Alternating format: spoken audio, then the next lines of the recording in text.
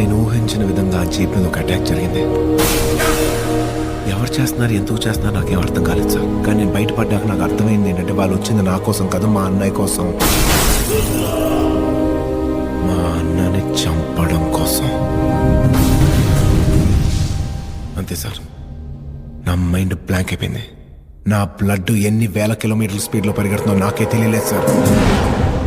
ఆ క్షణం నాకు వాడి మీద ఉన్న కోపం, ద్వేషం, పగ ఏది గుర్తుకు రాలేదు సార్. నా మైండ్లో ఉన్నదల్లా ఒకటే, మా అన్నయ్యని చంపాలనుకున్నాడు, బ్రతకూడదు. వెళ్ళాను, తీసుకొచ్చాను, కట్టాను, చిత్త కొట్టాను, చావును పరిచయం చేశాను, కానీ చంపలేదు. అంతే. అది అయిపోయిన తర్వాత నాకు వచ్చిన ఫస్ట్ డౌట్ సార్, మా అన్న అంటే నాకు పడదు కదా, ఎందుకంత రియాక్ట్ అయ్యాను? మీ అబ్బాయి ఎవరో కూడా తెలియదు సార్ నాకు. చంపేపోయాను ఎందుకు? ఆ బ్లడ్లో ఉండే